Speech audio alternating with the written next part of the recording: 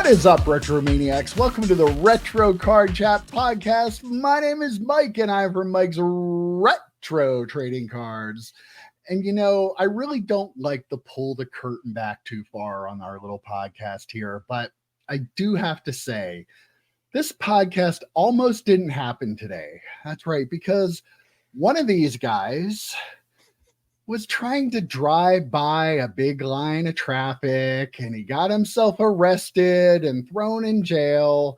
Thankfully, I have some connections at the Hemlock Township Police, and they agreed to let him do the podcast today from the Hemlock Township Correctional Facility.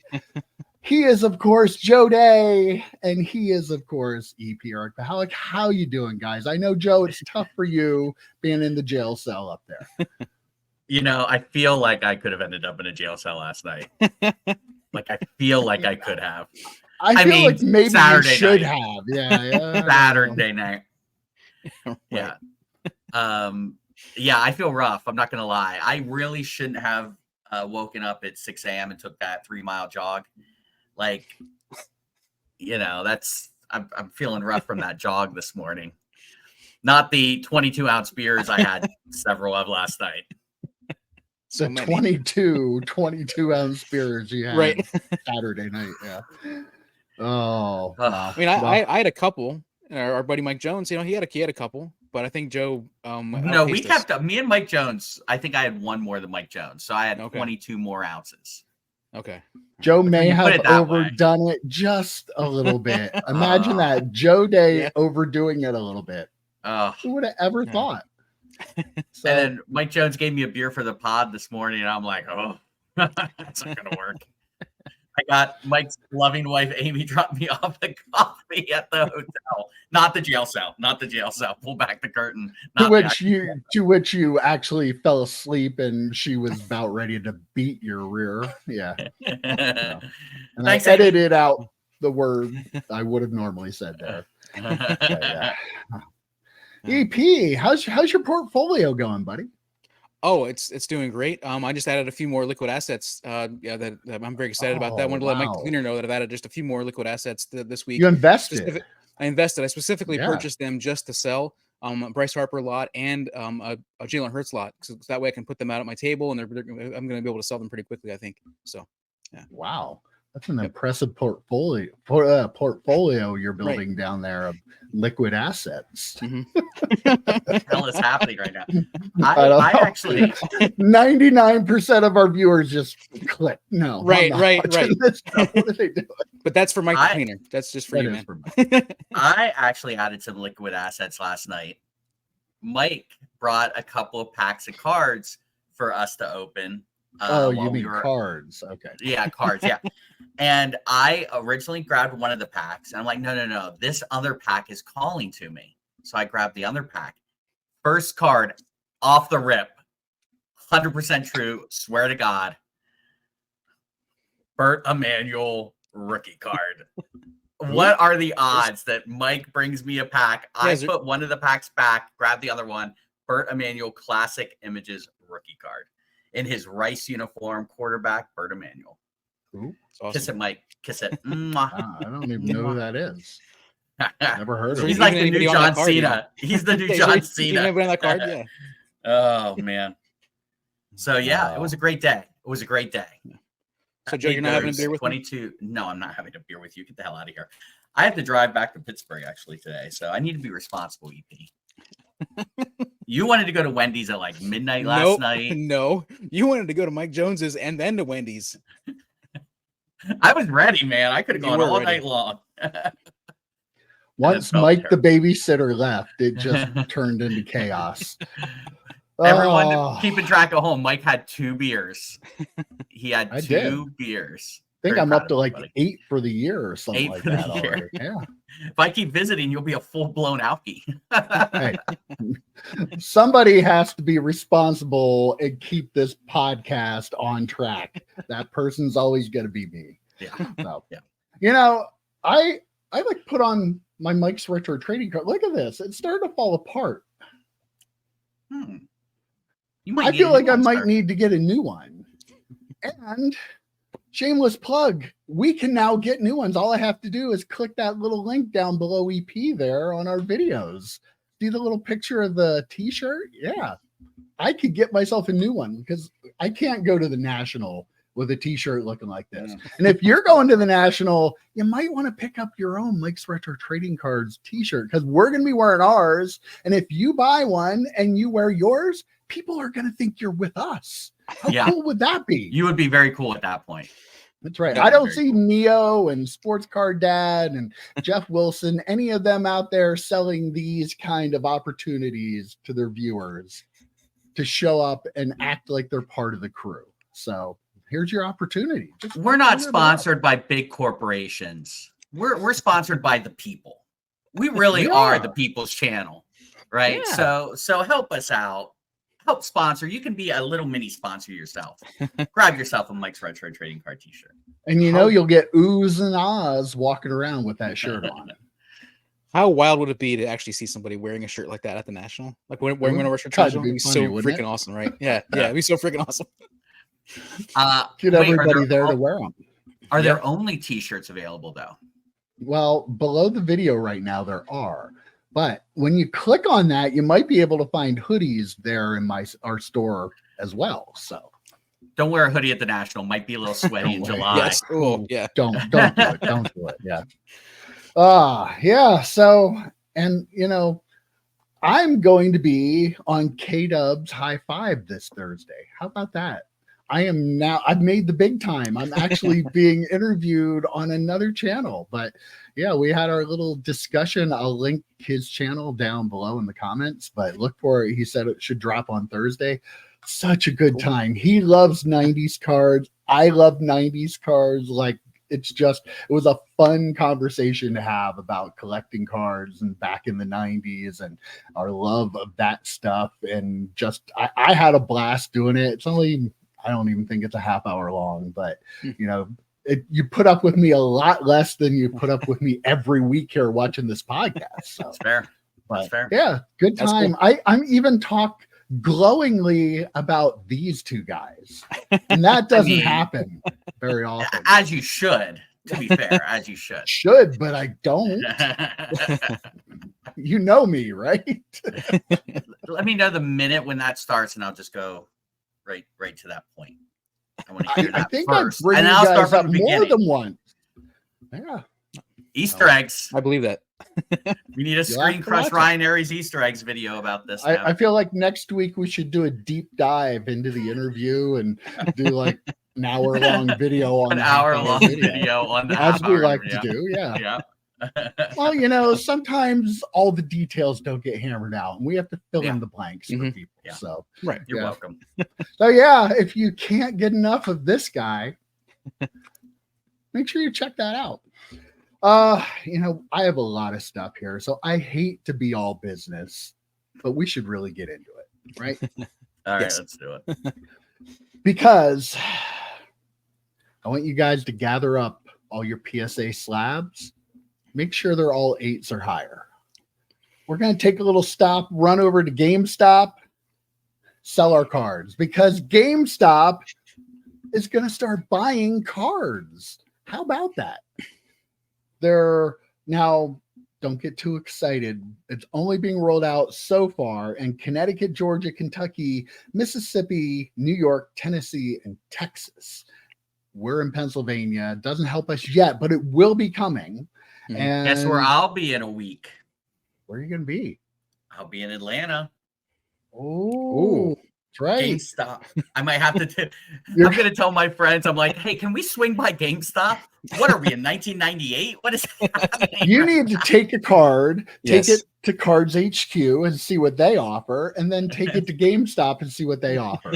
See what kind of competition there is there for you. NCAA football 2014, baby. That'd be fantastic. So they are going to be flat out paying cash or offering store credit. They're supposed to be giving more store credit than cash. Cards have to be PSA graded and be an 8 or higher and worth no more than $500. They must have the lighthouse, PSA lighthouse on it. And, you know, the GameStop employees will be authenticating to make sure they're real cards because, you know, let the experts handle it is what I always say. But yeah, I did see too that Poke Knowledge cards that we did the interview with Nat Turner that we did a review of, and he went to his GameStop with some of his Pokemon cards, and a big number of them they offered him $2.70 for. Yep. And yeah, the prices. I mean, come on. We're not expecting that their cash price is going to be anywhere near what you could sell it for yourself, what you could sell it to probably even a dealer for. But GameStop buying cards.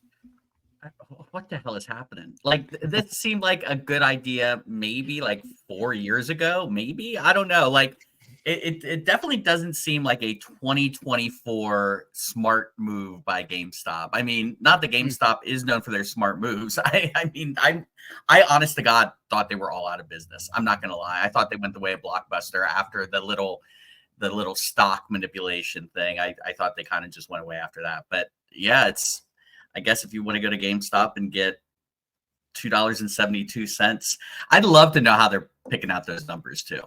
Yeah. Like, is someone going on Terapeak? What's the situation here? I disagree 100%. First off, I want to say 2014 NCAA football 2014 is like a $200 game, I think. Like, it's super expensive because it's the last one. Now with the announcement of the new one that just happened this week, I'm not sure if the price went up or down, but that was like a really expensive game because it was the last NCAA football game. So you're not going to be able to trade in. You're going to have to trade in an awful lot of cards to be able to get enough credit. 2013. Okay, whatever the most recent one. Yeah. Whatever the last one was is the one that's like super expensive. Anyhow, I think this is actually a brilliant move. Like, GameStop has like, they're like, I don't want to say like a cockroach, but I'm going to say like a cockroach, like, because they're just able to survive. They've changed what they've done for a long time, right? With like weird choices and then buying back like old games and selling old games. Like, that's kind of like their model now. But they also have a lot of collectibles in there. But I wonder if this is like a repack situation where they're buying it to repack and sell repacks. I wouldn't be surprised if they're doing that. I mean, and like we both like you guys said, like, you're not going to get a lot of money from these cards from them. You can't expect, if anybody who's turned in any games at GameStop, you have to know you're not going to get pennies on the dollar for what you're turning in. But I think it's a brilliant move for them. Another way that they are trying to like stay alive, stay in business, and I'm not going to take advantage of it myself, but I do think that they're. So you're not going to take in your Mike Trout PSA 10 and see what negative. No. Okay. No. I mean, I could take it in just to see what they would give me for it, but it's worth more than 500 though. So, not according to their prices, I bet. Well, I just want to point out here, and you know how I hate to pat myself on the back, but I remember something we know. I remember a store that did this like 30 years ago. Like, they are not the first store to ever do this, because Mike's Upper Deck, my card shop, if you remember, I was the place that you could turn in video games, you could turn in CDs, DVDs, VHS, you could do cards, you could get cards with it. Like, that was me. I was the originator of that. So let's not give GameStop any kind of like credit for reinventing the wheel. Like, come on. They're stealing your idea 30 years ago. I should sue is what I should do, because I feel like I own the intellectual property for that. The CEO of GameStop randomly went to Mike's Upper Deck in 1998 and was like, I'm going to write down this idea. Maybe probably saw him cleaning like an old SNES or whatever with like a Q-tip or whatever and some alcohol, like cleaning it up, trying to I was buying used games before they did too. They keep stealing my ideas over and over and over again, and I'm damn well getting sick of it. I'm going to call my lawyer. Let's get Paul Lesko on. I was going to say, is this a Paul Lesko case? This feels like it could be. We're going to have him on, and I'm going to have to talk to him about this, and they're infringing on my intellectual property. But yeah, GameStop buying cards. So that's enough of that, right? Let's get into the fun stuff this week. Did you see that? Now, Fanatics didn't do this. Panini didn't do this, but PSA did this. They had Bobby Witt Jr. and Corbin Carroll play actual Major League Baseball games with their rookie cards in their pockets during the game. I guess Bobby Witt had 7 cards and Corbin Carroll had 6 of them. They played the game. They both got on base. They were both dirty. They mangled the cards that were in their pockets. I think Corbin Carroll even put a stick of gum in with his cards too, because you have to have gum if you're going to have cards. But yeah, and they, after the game, they had them sign all the cards. They put inscriptions on some of them. They also inscribed, I guess, 2 of them to Evan Longoria, because he's a common friend and also a collector. So I guess 2 of the cards, 1 of each, were going to Evan Longoria. They're allowing them to keep the other ones, except for 1. The number 2 card from each of them was taken by PSA. Both graded PSA 1s because they were a little mangled up, and they're autographed and inscribed. And PSA is going to use them as a giveaway. I mean, we talk about some of the fun stuff like the Major League debut patches and stuff like that. The Fanatics, I feel like Fanatics should have come up with this, shouldn't they? Yeah, I'm kind of surprised. Great job by PSA. Like you have to give them credit, because this was something different. Think of all the years that baseball cards have been made and all the games that were played, and nobody ever did this before. So unfortunately, it's not something any of us can really take advantage of, other than going, oh, that's kind of cool. But I mean, it's a lot of fun. Mm-hmm. I mean, we talk about people not innovating in the hobby. This isn't really innovation, but it's just kind of, like you said, Mike, it's kind of a fun thing. I mean, it's probably the closest thing to game use that anyone's actually going to get out of a card anytime soon, right? Card, the game used card, yeah. And I love that it's a PSA 1, obviously. It'd be hilarious if PSA graded a 10. Like, I kind of was waiting for that. I'm like, oh, yeah, it's a 10. It's a perfect 10. But you said there were what, like 7 of them? What are they doing with Bobby Witt had 7 and Corbin Carroll had sticks. They were given to them to keep. I guess they got to keep them to do with whatever they want to with them. So maybe they'll be trading them in a GameStop for the latest of the show. I don't know. Fantastic. That would be amazing. Yeah. I really like this. Like, I think it's fun, like you said, Mike, and it seems like a thing that Fanatics has been doing some weird stuff. It seems like a kind of thing they should have come up with.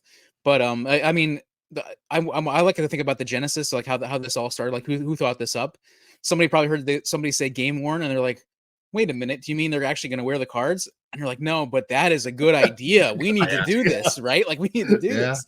And I love that the players are getting to keep them, and that Evan Longoria is getting a couple. Like, I love to see, people interested in the hobby, in the actual players interested in the hobby. And so that's a really fun thing. And I would love to get one of these. Obviously, I won't get them, but I'm guessing this won't be the last time we hear about game worn cards. I'm guessing that they're probably going to keep making a comeback. Fanatics is going to take it over. I guarantee you, like, every player, they're going to have their debut patch. They're going to have like 12 rookie cards in each pocket, and Fanatics is going to jam them into packs. I mean, right? That's the natural evolution. That's what's going to happen. Or will they take the card and then cut the card into tiny little pieces and put that card on another card? It's like Inception. I mean, card Inception. Yeah, I can totally see it. This is like one of the most unique collectibles that we've experienced, right, in the hobby. And how long? Like, this is extremely unique, in my opinion. Like, yeah, I think.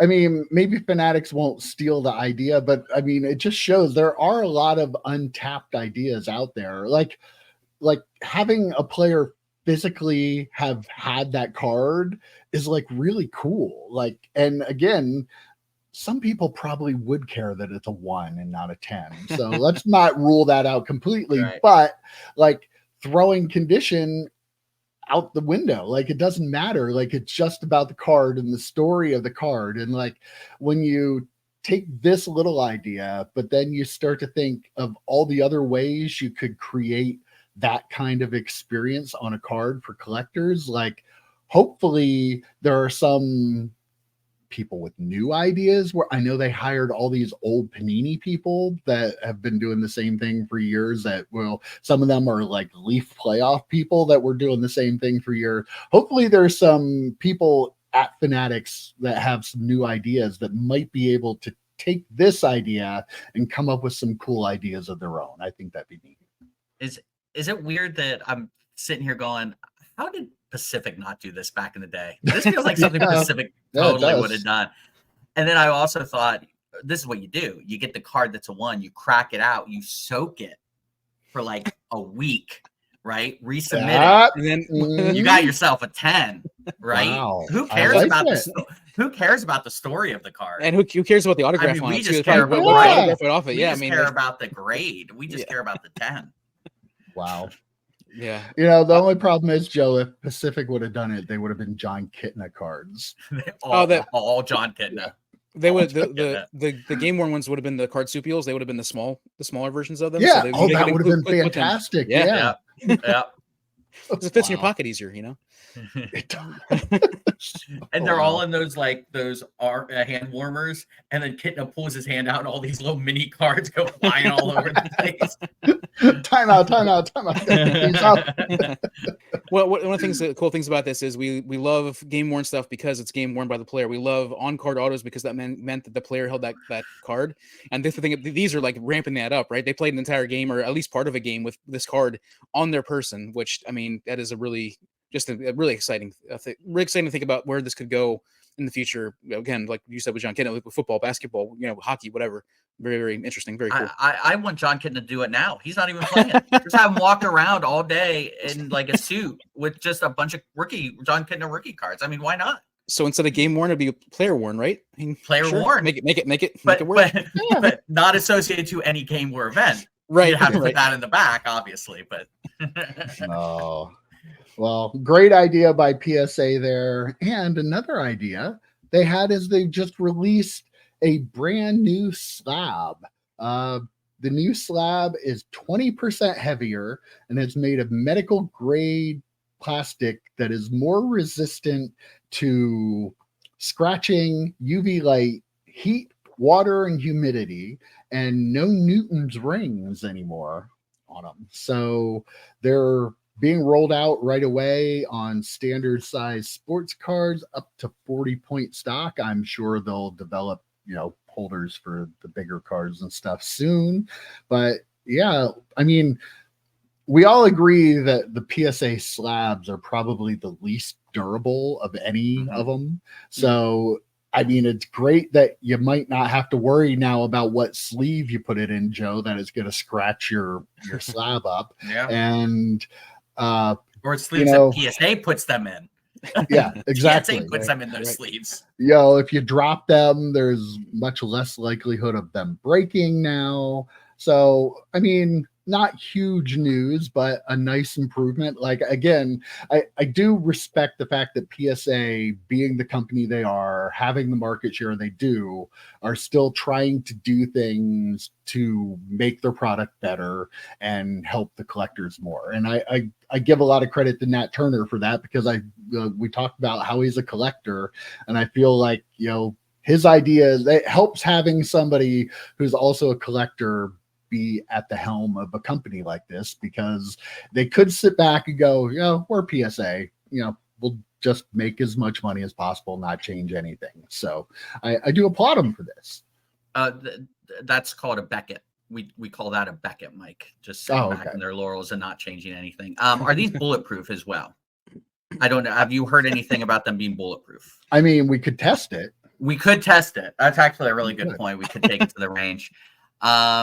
No, the thing that I think I had seen too is like thin cards. Like, how many times have we gotten like pro set thin cards that just move around? And from what I understand, that's not going to be an issue with the new slab. So that's good. I will say though, I think I say it every time we talk about cases. We're just killing this environment, right? Are we okay with this? Like all the plastic, because how many people are going to resubmit their cards to have them reslabbed, right? Like everyone is going to reslab their PC. I'm kind of surprised they didn't come out with a reslabbing price like they've done in the past when they changed from the non-lighthouse to the lighthouse. I'm surprised that wasn't part of it. They may, but it's just like that's every time they're getting you coming and going, man, with all the stuff. I do like the cases. I like that they don't have the Newton rings because that is something that really does bother me. I'm knock on wood, I haven't had that issue, but it's nice that they're working on the technology to, have a card secure, have a thicker case. But again, do we need all this plastic in the world? I'm just calling for the environmental people to come out and boycott. No, we shouldn't do that. No, maybe not.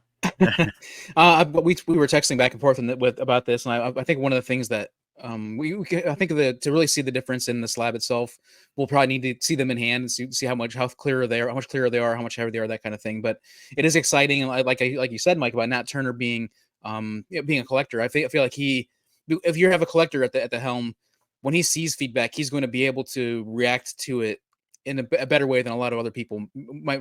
Other people in like a corporate environment might react to it. Like he's going to understand it, and he's going to probably be able to say, well, we can probably do X, Y, or Z to fix this thing or help work on this thing. And like medical grade plastic sounds really cool. And again, we see them in hand. I'm sure they're going to be clear, and I'm sure they're going to look nicer. That's the whole point of it. And there might be a very small increase in those sorts of things, but I'm sure we're going to see that. I mean, to your both your points about the potentially for getting them reslabbed. I think that's a special that they do when they have more than just a 40-point cards. Like when they ramp up that and they have more available. That's probably what they do. Yeah, I agree. They'll probably wait till they have everything in place and they know everything's going well. How many YouTube videos do you think we're going to see of people trying to crack open all of them from the new slab? It's going to be like everyone. And like I don't know which one of you two. I know one of you brought it up in the group text that I think I said about. Do you think part of the reason they did this was to make it tougher for people to crack cards out, and like you kind of feel like it has to be part of that, right? Yep. Like if you make them a lot harder to get into, you're going to have people screwing up more cards and maybe learn a lesson not to, the 9, right. I'm going to crack this 20 times until I get a 10. Like, so hopefully it'll cut down on that. But yeah, I mean, as much as I joke about the cracking videos, I'll watch one. Sure. Oh yeah. I mean, for research. It's for research. For research, absolutely. Yeah. I can just picture somebody like eventually getting into a blowtorch, like doing all these different things to it. Like it'd be great. Let's see a montage of all these things they've tried to do to. I mean, we would never put up that kind of cheesy clickbait content, but I'll definitely watch it. Absolutely. Yeah. And when we take it out to the range, you know what I'm saying? We'll definitely put that out. That'll be at least a short, right? We can do a short on that. Joe Day shoots a PSA slab. See if they're bulletproof. Not sure YouTube allows that, but yeah, we'll see. We talked last week about Marvin Harrison Jr. not signing the group licensing deal.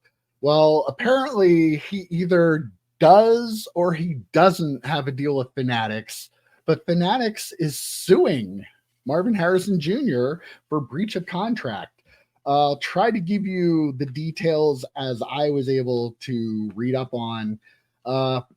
Apparently, Fanatics is saying that he is still under a deal that he signed when he was in Ohio State. It was like, I think, signed in May of 2023.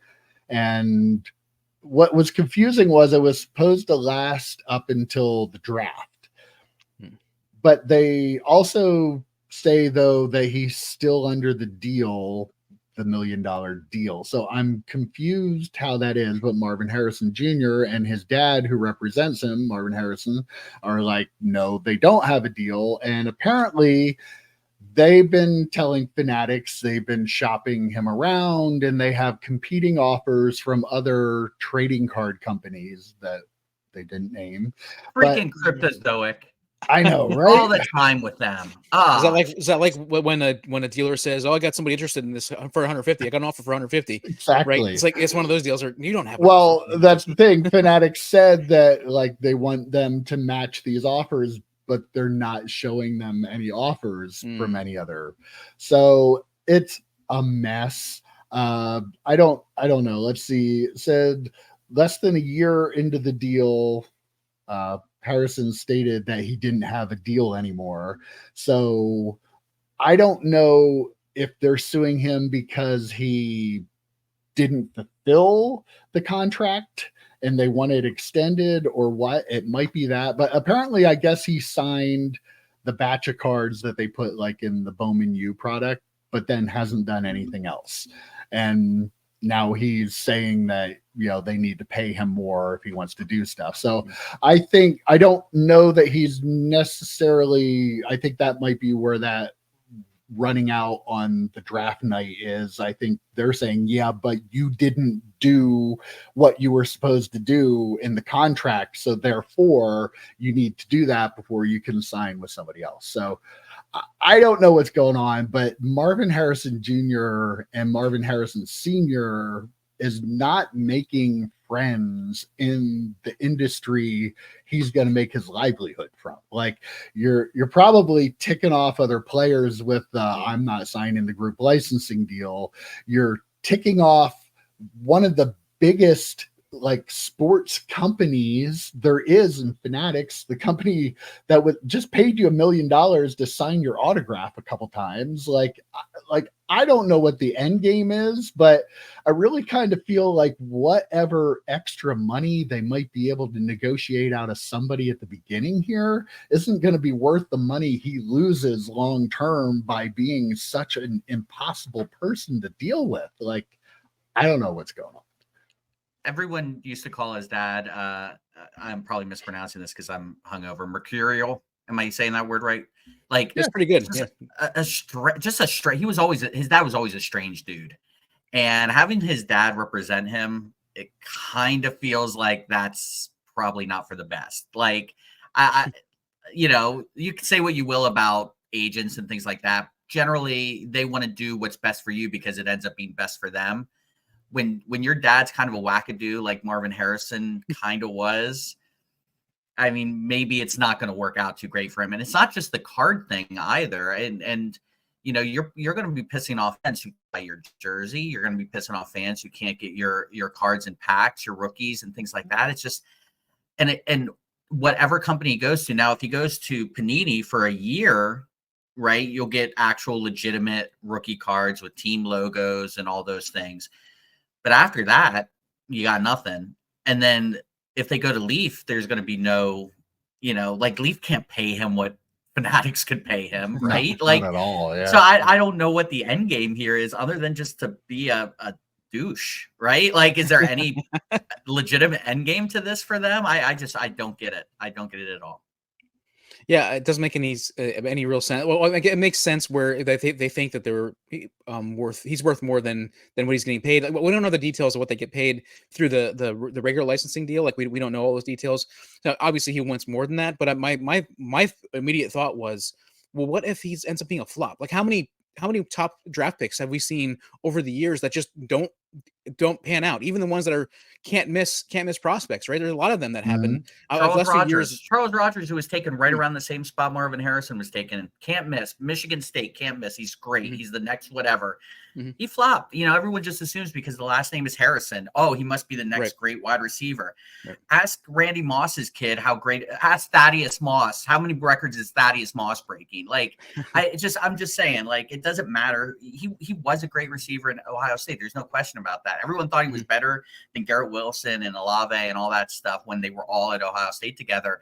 But you're right, EP. All it takes is one bad injury. All it takes an injury beyond just flopping. It could be a bad injury where he blows out his Achilles and is out for a couple of years. You're giving up on a lot of kind of guaranteed money at this point.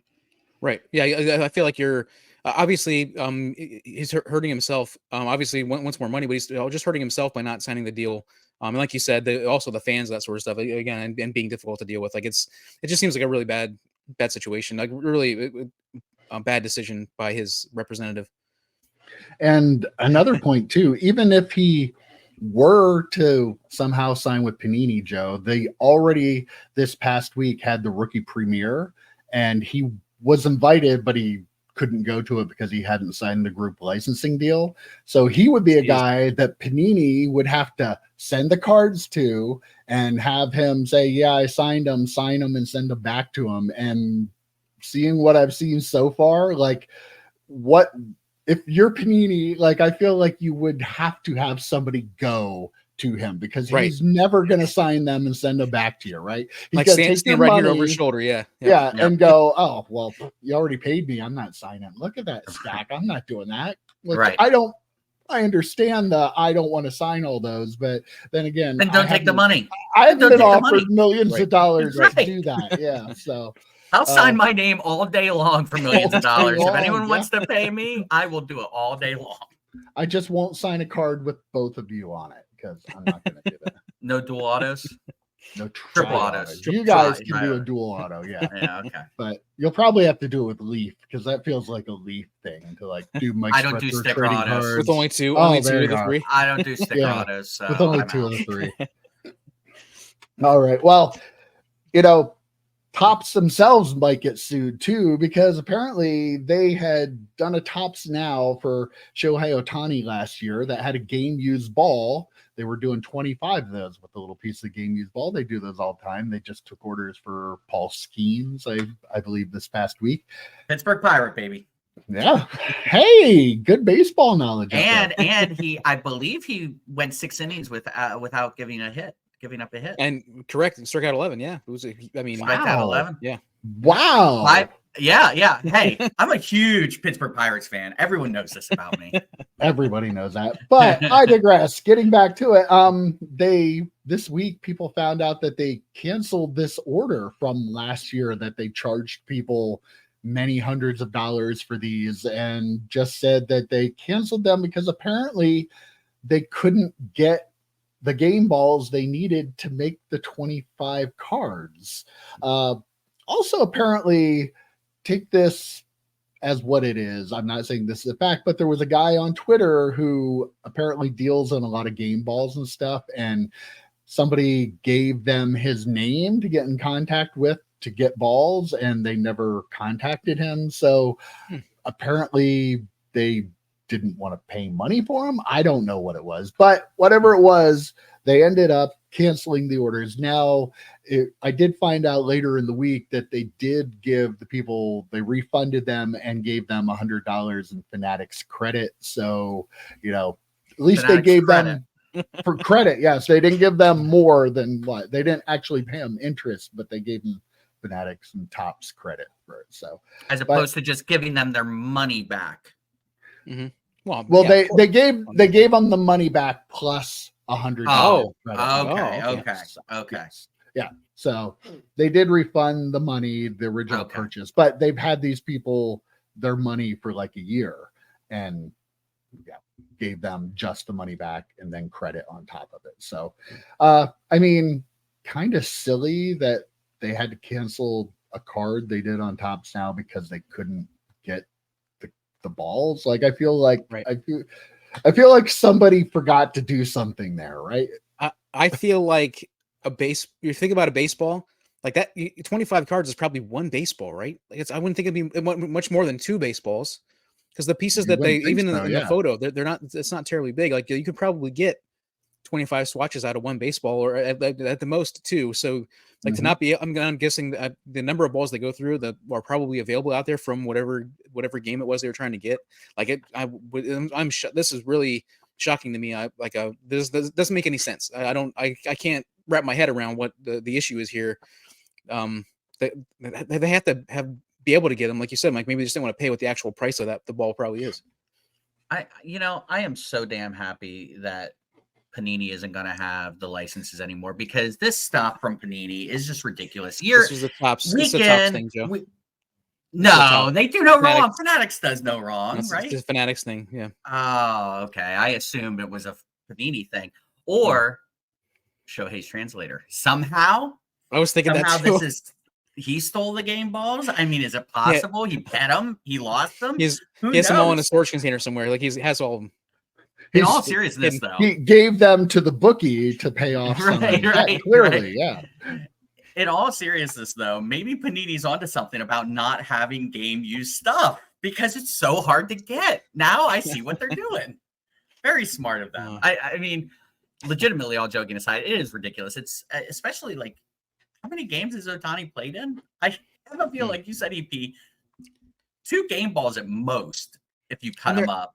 And the thing is that like they're constantly the catcher's constantly handing the ball back to the umpire. They're throwing it away and getting a new ball because they get scuffed. Yeah. Like, you know, one foul ball and it ends up in the dirt. They get scuffed and they throw a new one in. Like the number of game balls in one game is probably astronomical. Yeah, it's way more than people realize because they change them every couple pitches. Yeah. Mm-hmm. Plus, that's another thing, Mike. He was a pitcher. How many game balls did he actually touch?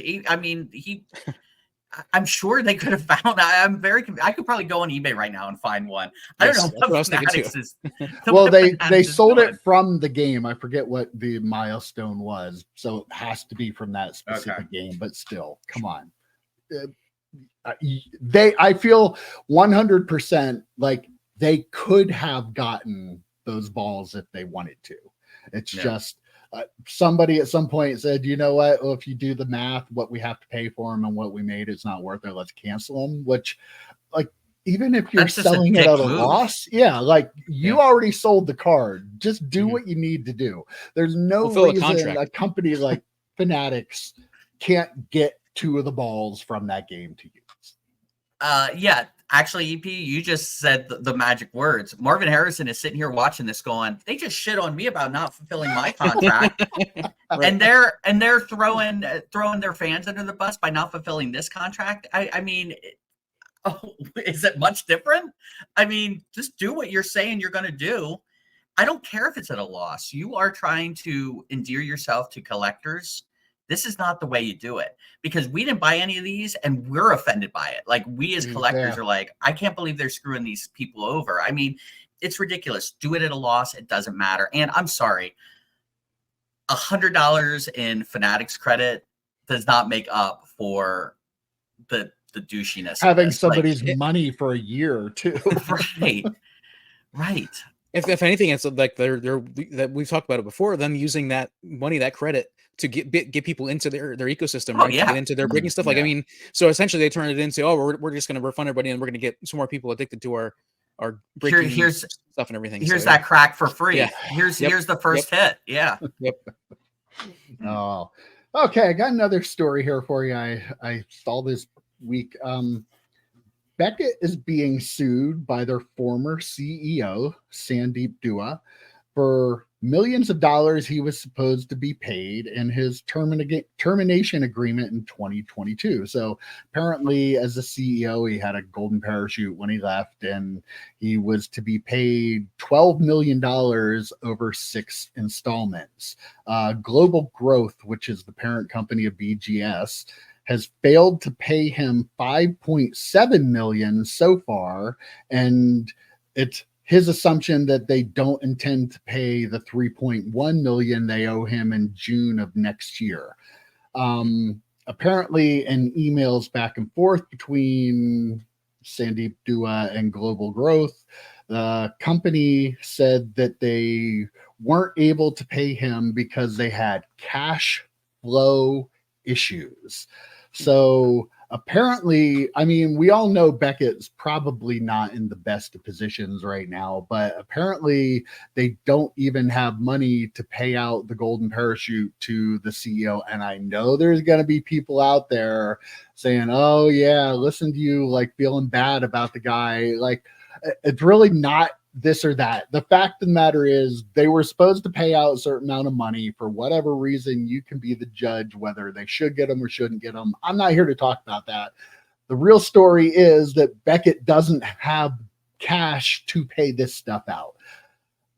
I don't know. I've only run businesses my whole life, but usually not having cash, in my experience, is not a good thing for a business. I've never run a business, and I would probably agree with that. I don't know. The whole common sense thing is really kicking in. Yeah, it's kind of crazy. You know, like you said, Mike, you know, it's not about whether or not the CEO should be getting a golden parachute. I don't think any of us really, you know, have any strong position on that for this purpose. But I mean, when you're talking about I guess now the fourth grading company, not being able to. This feels like a story that you would hear about HGA, right? Not BGS. Yeah, this feels like an right, HGA story.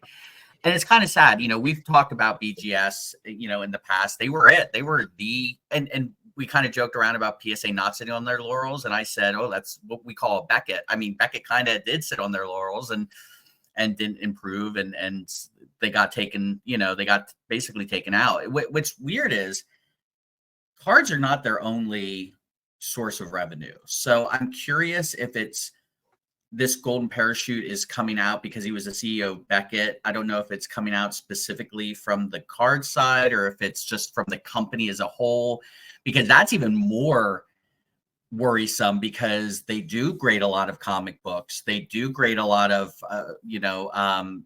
authentication autographs and things like that. Like they have other sources of revenue other than cards. It's that's even more worrisome if it's just the company as a whole has to pay this out and they can't afford to do it. EP? Having a little trouble with EP down there. He's on mute for some reason. EP, you're on mute. I was on mute. I'm okay. I was having some issues with my internet, so I just was seeing if I could fix it. I put myself on mute to do that. So anyhow, we were talking about Beckett, right? Yeah, so, we're talking about Beckett. No, yeah. Yeah, I think it's important to talk about how the pizza delivery boy is what. Right. Yeah.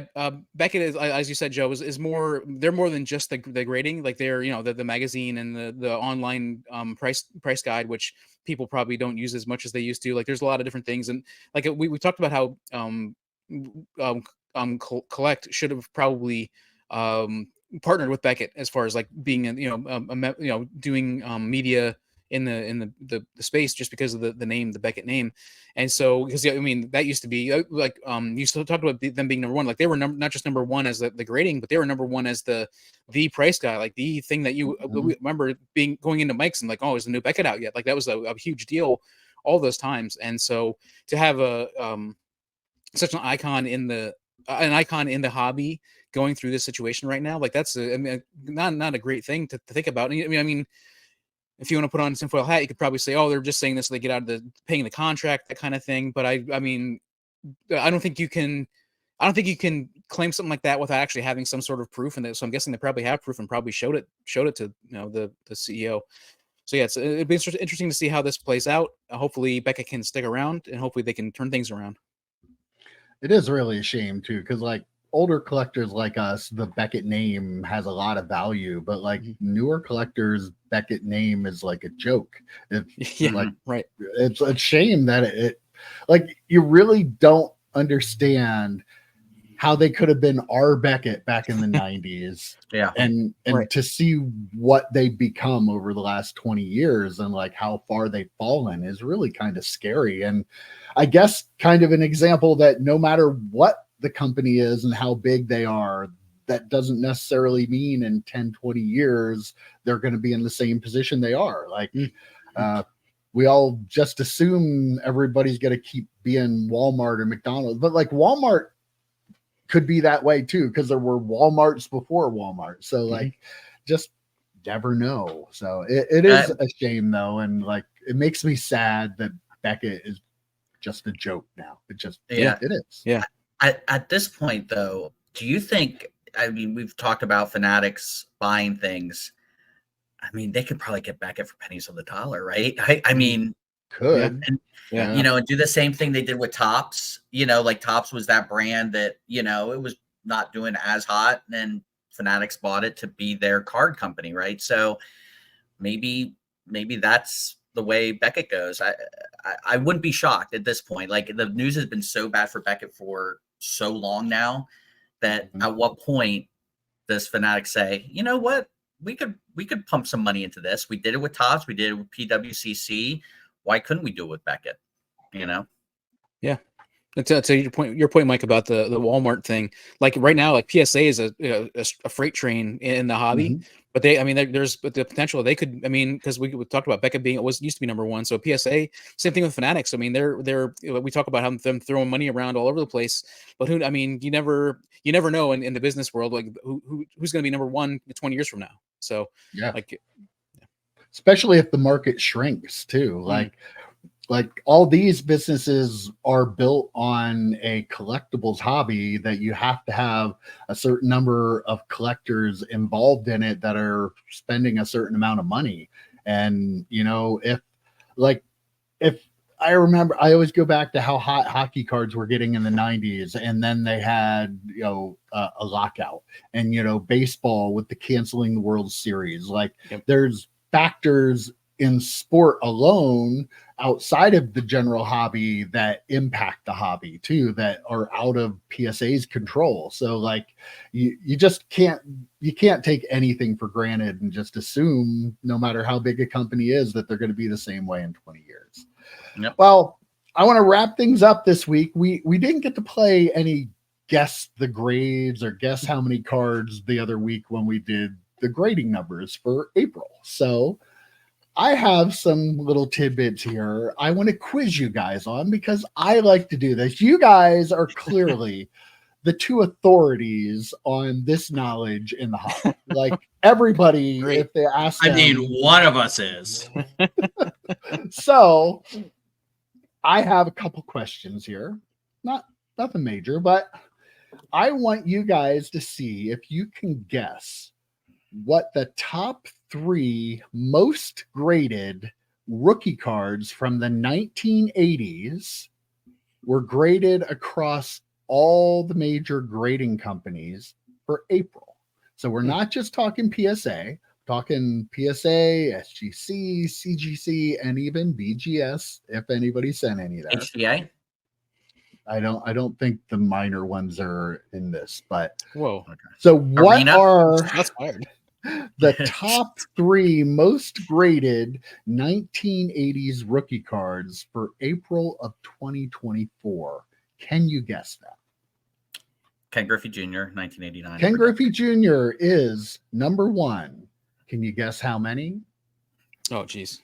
EP, you handle that part. That'd be 100,000. No. What? 100,000? You are the worst Trivia Pursuit partner I've ever met in my life. I was going to say like 3,000. It was actually 932. Oh, thousand. The number. That's the no. Just 932. Okay. So I win being way closer. Can you figure out number 2 or number 3? Jordan. Michael Jordan. Rookie cards. Surprisingly, no. Really? Michael Jordan. There were only 242. Michael, see, I knew you guys were gonna guess Michael Jordan. So I wasn't going to. Honest to God, I was not going to. Wow. Oh wow. Okay. Joe Montana? I doubt it. That's a good guess, but no. And I knew you guys would guess Joe Montana too. So there were 426. Okay. So the number 3 spot was 496, and number 2 was 679. Shout out to our boy Mike Jones, Cal Ripken Jr.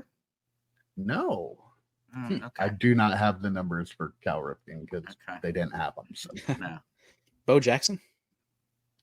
Nope. All Barry good guesses. Sanders. Yeah, Barry yeah. Sanders. Oh, yeah. No. Really? Strangely enough, no. Jeez. But there is a football player represented. Jerry Rice? Top 3. Jerry Rice. There is you go. Number EP. 3. Good job, buddy. At 496, he was actually the most graded football player. Number 2 is a baseball player. And It's not Caitlin Clark. It's not Caitlin Clark. Not Caitlin Clark. Okay. Baseball player. I mean, Tony it's not Barry Bonds, right? No, it's not Barry Bonds. Okay. Tony Gwynn. Not Tony Gwynn. Ricky Henderson. No, it won't be Ricky. No, never mind. Ricky Henderson? No. No, it's not Ricky Henderson because you said no, it wouldn't be Ricky Henderson, even though number 2 is in fact Ricky Henderson. EP showed off that knowledge. Well, kind of. It wouldn't be that. Kind of showing off that. Well, the thing is, like, there's like so few of those that were gradable, right? That's why I was thinking, like, it was probably. I mean, that's probably the most desirable. Has that stopped people from grading cards before you? So, 679. Wow. Yeah, that's not bad. Magic Johnson, Larry Bird, there were 128.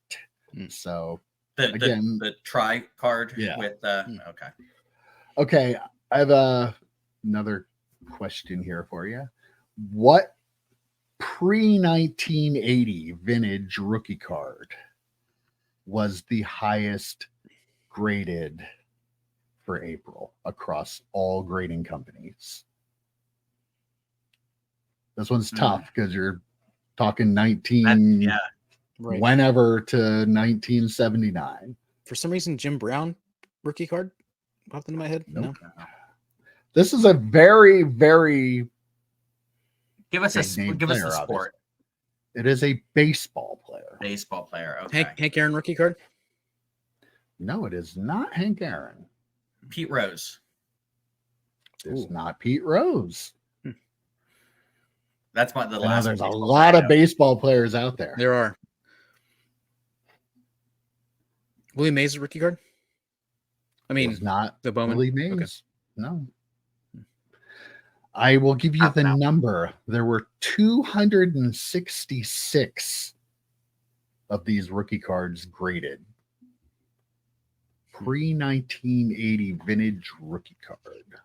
Not Caitlin Clark. No. Check the math. Check the math. Not Caitlin Clark. Yeah. Thank you for checking the math on that one. Holy crap! I don't know enough. Wouldn't be George Brett. Wouldn't be George Brett. Nope. Okay. It is not George Brett. I'll give you each one more guess, and then I'll let you know. You take both of the guesses.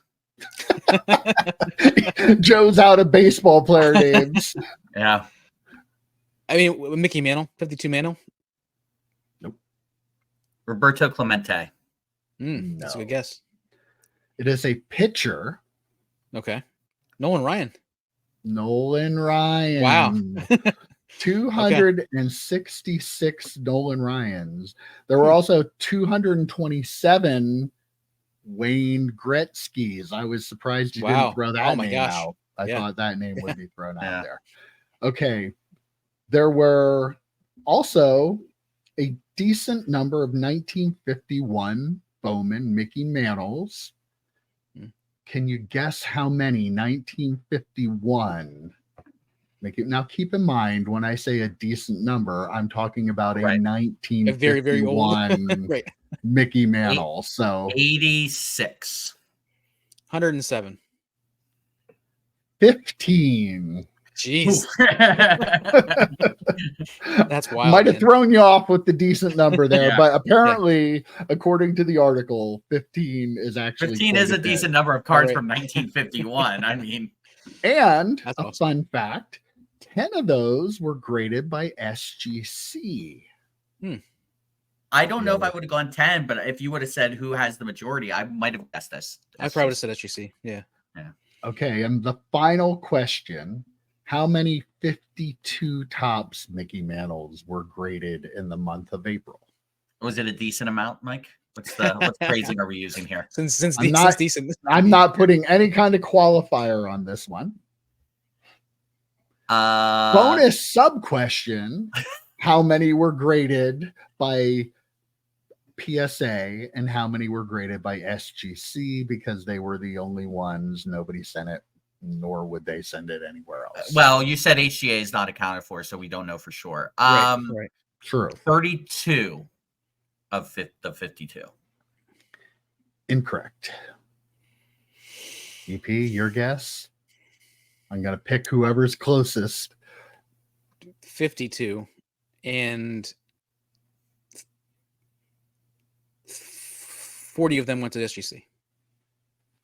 So you think almost 252 Mickey Mantle tops cards were being graded each day? You said each. I mean, no, sure. I'm saying, no. Well, yeah, your number for the month would be, Okay. Mine's about one a day. So it's 3 and 2 of them to SGC. Close. It was 4 total, and you were correct. 2 went to SGC, 2 went to PSA. So I found that really interesting, like especially like the Griffey, the Henderson, the Rice, because like those cards have been around for so long. Like the Griffey's not surprising, like because there are so many of those, and we know it's one of like the most graded card, I believe, of all time. Yeah. But like the Henderson and the Rice, like almost 500 Jerry Rice rookie cards from 1986, randomly and in April in 2024 are being sent to be graded. Like kind of crazy. And I bet you the high was an 8 with that set. Like probably that's a really tough set. It makes you wonder how many more are out there like that are going to be graded soon or something like that, or how many of them might be out there that are 10s or better. Like probably not a ton, but it makes you wonder what's still out there in the wild. You know, in the wild. I know we like this. In the people wild. like to say in the wild, but like I wonder how many are out there. So. But it also Rice rookies. It also makes you wonder too, like what is the long-term sustainability of like PSA 10s of these kind of cards?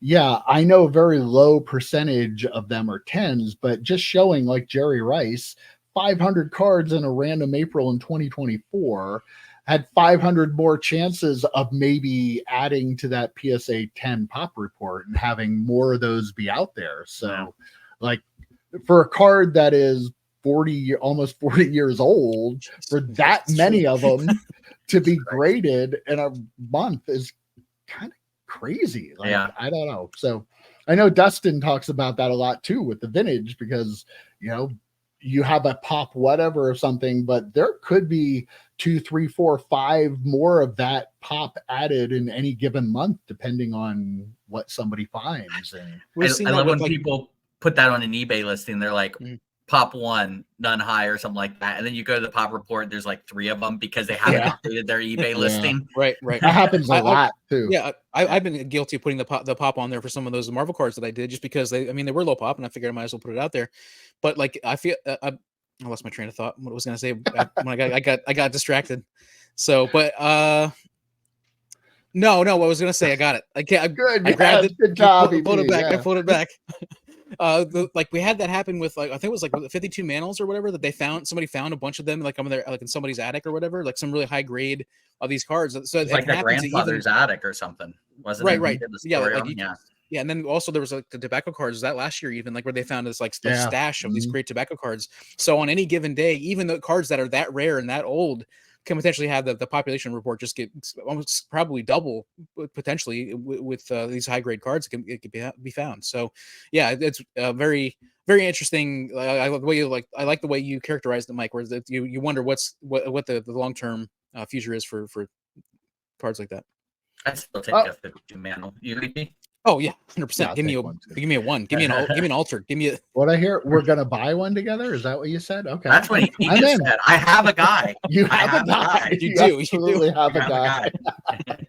All right, guys, that was a fun chat this week, and I will see you next week. Take care, guys. See you, boys. Adios.